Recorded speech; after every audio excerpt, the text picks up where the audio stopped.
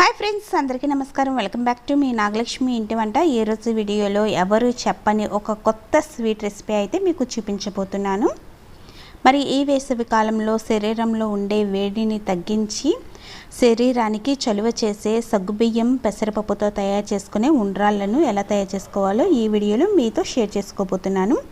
కొత్తగా ఎవరైనా మన ఛానల్ని చూస్తున్నట్లయితే సబ్స్క్రైబ్ చేసుకుని వీడియోకి ఒక లైక్ ఇస్తే అందరికీ షేర్ అవుతుంది. ముందుగా పెసరపప్పును అయితే ఒక 6 గంటల పాటు నానబెట్టుకోవాలి. పెసరపప్పును శుభ్రంగా 2 సార్లు కడిగి నీళ్లు పోసి ఒక 6 గంటల పాటు నానబెట్టాలి. ఇలా పెసరపప్పు 6 గంటలు నానిన తర్వాత అందులో నీళ్లు పోసి శుభ్రంగా కడిగి తీసుకోవాలి. తర్వాత ఈ పెసరపప్పును ఆవిరి మీద అయితే ఉడికించుకోవాలి. దానికోసం స్టవ్ మీద ఒక గిన్నెని పెట్టుకొని అందులో 1 లీటర్ నీళ్ళ వరకు వేసుకోవాలి. ఇలా నీళ్ళు వేసిన తర్వాత ఇలా చిల్లుల గిన్నె ఉంటుంది కదా, ఈ చిల్లుల గిన్నెని పెట్టుకొని ఈ చిల్లుల గిన్నెలోకి నానబెట్టుకున్న పెసరపప్పును వేసుకోవాలి. ఇలా నీళ్లు మరుగుతూ ఉంటే పెసరపప్పు అనేది ఆవిరి మీద చక్కగా ఉడుకుతుంది. ఇలా వేసిన తర్వాత ఇలా చేతితో సమానంగా చేసుకోవాలి. ఇలా చేసిన తర్వాత దాని మీద ఒక మూత అయితే వేసుకోవాలి. మూత వేసి మంటను మీడియంలో పెట్టి ఈ పెసరపప్పును ఉడికించుకోవాలి. ఇలా ఆవిరి మీద ఉడికించుకుంటే పూర్ణం అనేది చక్కగా ఈజీగా తయారు చేసుకోవచ్చు. 10 నిమిషాల్లో పూర్ణం అనేది రెడీ అవుతుంది.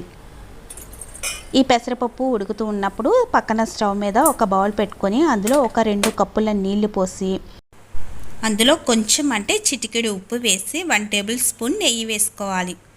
ఇలా నెయ్యి వేసి మంటను మీడియంలో పెట్టి మూత పెట్టుకొని నీళ్లు మరిగించుకోవాలి. చూడండి, నీళ్ళు ఈ విధంగా బాగా మరుగుతున్న తర్వాత మనం ఏ కప్పుతో అయితే నీళ్లు మెజర్మెంట్గా తీసుకున్నామో అదే కప్పుతో 1 కప్పు సగ్గుబియ్యం వేసుకోవాలి. సగ్గుబియ్యం పెద్దవి తీసుకున్నా పర్లేదండి, అలాగే చిన్న సైజులో ఉంటాయి కదా అవి తీసుకున్నా పర్లేదు. తర్వాత మరుగుతున్న నీళ్ళల్లో ఈ సగ్గుబియ్యం వేసుకోవాలి. వేసుకొని ఒకసారి బాగా కలుపుకోవాలి. 1 కప్పు సగ్గుబియ్యం తీసుకుంటే సగ్గుబియ్యాన్ని ఉడికించుకోవడానికి 2 కప్పుల నీళ్ళైతే పోసుకోవాలి. 1 కప్పు సగ్గుబియ్యానికి 2 కప్పుల నీళ్ళైతే కరెక్ట్గా సరిపోతాయి.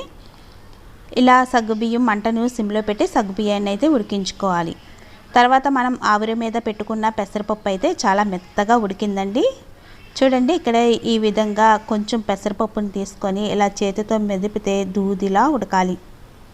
ఇలా ఉడికిన తర్వాత స్టవ్ ఆఫ్ చేసుకొని పెసరపప్పును ఒక ప్లేట్లోకి వేసేసుకోవాలి. చిల్లీల గిన్నెలో ఉడికించుకున్న పెసరపప్పు అంతా కూడా ఒక ప్లేట్లోకి వేసుకోవాలి. ఇలా ప్లేట్లోకి వేసుకున్న తర్వాత ఈ పప్పును మెత్తగా మెదుపుకోవాలి. వేడి మీద మెదుపుకుంటే జారైపోతుందండి, అందుకని పప్పు కొంచెం చల్లారిన తర్వాత మెదుపుకుంటే గట్టిగా వస్తుంది. ఇలా ప్లేట్లో కొంచెం చల్లారి పెట్టుకోవాలి.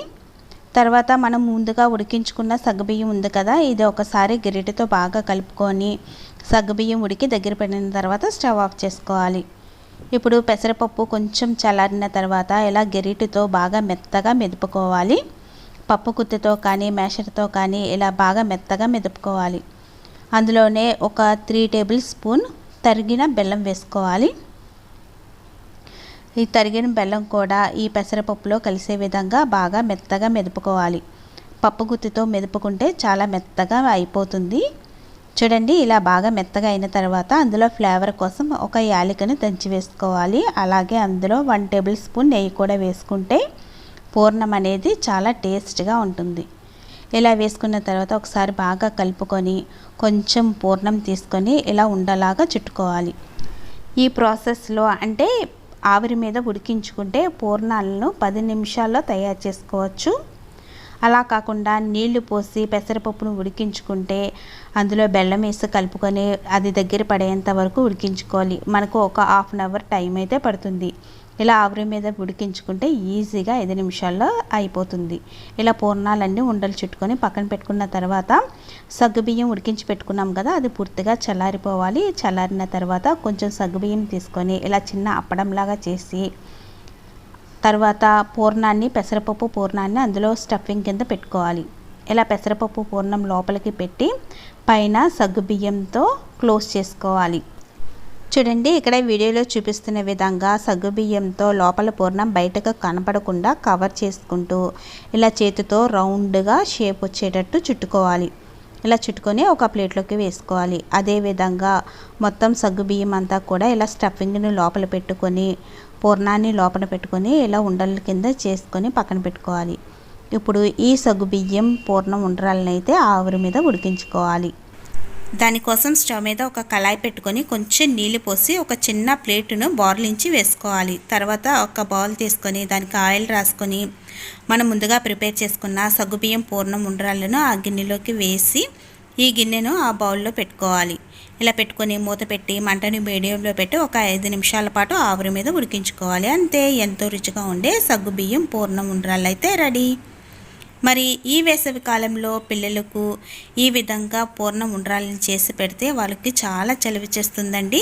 సగ్గుబియ్యం పెసరపప్పు వాడాం కాబట్టి శరీరంలో ఉండే వేడిని తగ్గించి చలువైతే చేస్తుంది.